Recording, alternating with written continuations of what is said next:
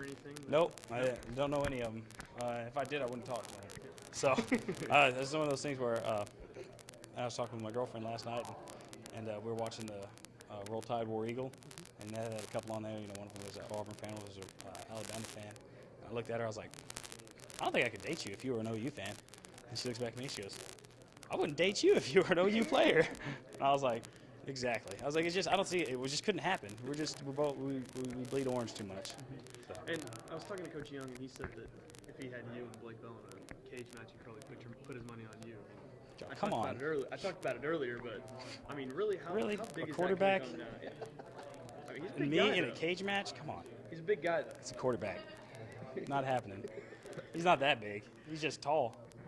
Yeah. I mean, coming back to, you talked about a couple of weeks ago, the 500-pound bench club.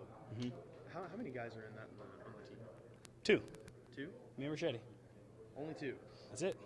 You can bench 500? Levy can or anybody like that? No. Interesting. It's just us. Interesting. We dominated the weight room this year. Okay. Yep. So that is, I mean, that's obviously a D-line thing. Right. So I've never seen all offensive linemen do it. Really? Okay. Huh. Now they can squat. Don't get us wrong. They can squat a lot. Probably more so on average than the D-line. But as far as upper body strength goes and, you know, explosive lifts, like power clean stuff, we beat them. Huh. So. Interesting. I figured at least Grant or Levy or somebody would get up. No.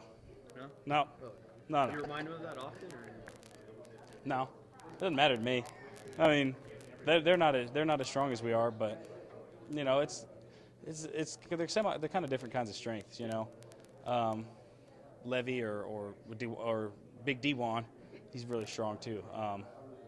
Or Brandon Webb, those guys are strong guys. They can probably squat, you know, more so than we can. But you know, I think this year and last year, the D-line's really taken over the weight room as far as strength goes, and it's kind of showed. We kind of do this thing. Like Joel, he always coaches, Joel Tudman, he does the D-line. Coach Glass does the O-line, and we kind of have competitions. When we start maxing and lifting, we'll be yelling back and forth, and the D-line's dominated the past 2 years. So. How does that reflect on Joel? I've seen him preach down he's in Oklahoma City, right? Mm-hmm. I mean, he's kind of an intense dude. Very intense, and he's great. He's a great guy, and you know, he's pretty much been the one that's been with me these past 4 years.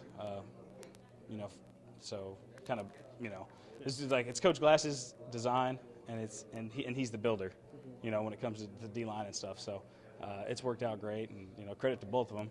You know, I don't think we have better. I don't think there's a better strength and conditioning staff in the nation. So I mean, that's just, I lucked out. It's one of the reasons why I picked Oklahoma State, because I knew they had a great strength staff. Huh. Interesting. Mm-hmm. Thank you. Good luck.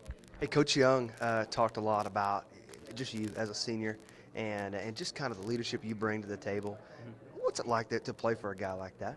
It's great. You know, I love playing for him. You know, he's a great guy, and I like his attitude and the way he coaches. You know, if he starts getting mad and he starts yelling, and you know he's mad because he doesn't yell very often. So it's one of those things where it's like, oh, okay. But, you know, for the most part, he coaches with, you know, sarcasm, you know. So it's great, and it's a good atmosphere, and I wouldn't play for anybody else. How is his leadership and just kind of like you said, the way he coaches, the way he relates to you guys, how has that impacted you as a leader? What have you taken from him as a, you know, he was your leader. Now you're a solid leader. What is it that you've taken from him? You know, just sometimes the best thing to do isn't to yell at somebody or, you know, or make them or you know, break them down, you know. Sometimes the best thing to do is just, you know, just kind of point out what they're doing wrong without really getting after them. You know what I'm saying? So make them realize, like, oh, man. Or maybe just, you know, say, oh, it's okay. You know, you didn't get that one right, but you made up with it with great effort, which when, in fact, you know, you both know that they didn't make up with it with great effort. So, I mean, it's one of those things where I think it hits home better. And at the same time, you know, nobody likes being yelled at anyway or broken down. So, think about it. You're an 18-year-old senior. Coach, you know, Coach Young is Coach Young is the defensive coordinator. You're looking at schools. You know, he's not your young, your hip, your, you know, 18-year-old college senior. Yeah. Kind of crazy. Talk about, you know, because they may just looking at that defensive coordinator go, yeah, probably not my place. I mean, he didn't look like somebody who, you know, would be a great coach for me. What perspective can you bring? I mean, having been here to play with him. I figure if I was a high school senior, and I'd want to look at my coaches, I'd want to look at their resume. And who has a better resume than Coach Young? You know? So, you know, and once you get to talk to him and stuff, I don't see how you can not like him. You know, so it's just one of those things where, you know, if you get I can't think of guys that would, any players that would pick, you know, young and hip kind of coach, new coach, as opposed to an older, you know, more experienced coach. Got a big rivalry game this weekend with OU. What's it mean to you as a senior to go out on a victory on the home field against your rival? This is the biggest game of my life.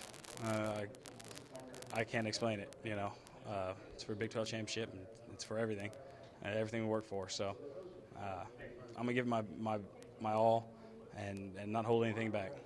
What do you say to the national media and even these local media that kind of still look at OSU, even though we've had this great season, record-setting, still kind of like OU's little brother? You know, I mean, it's just kind of that whole deal of, well, that's OSU. Well, we gotta win this Bedlam. You know, we gotta win the head-up matches for that to swing. I'll take care of that. You know, that's just the way it works. I mean, anybody who's watching it's gonna be like, well, you know, they haven't won Bedlam in 8 years or however long it was. So, you know, we got to get it done. We got to win, and it's my senior night. We have to do it. Put a little chip on your shoulder. I mean, kind of the way that everybody kind of still looks at OSU as an underdog, even though we've had this crazy. I think so. I mean, and the thing really, you know, their fans really, you know, they're really outspoken about it to keep it nice. So, you know, everyone's ready, and there's like, you know, it's Bedlam. It's our biggest game. It's our rival. It's for the Big 12 championship. This is going to be a great game. We're definitely ready for it. And any kind of special, energy you bring to the table, knowing that you're playing along some of these seniors for the last time at home. Yeah, I mean, just got to remind them, you know, what we're playing for. You know, don't take it for granted. It's over like that. So let's get out there and let's kick some tail. Very good. Thank you, sir. Yep.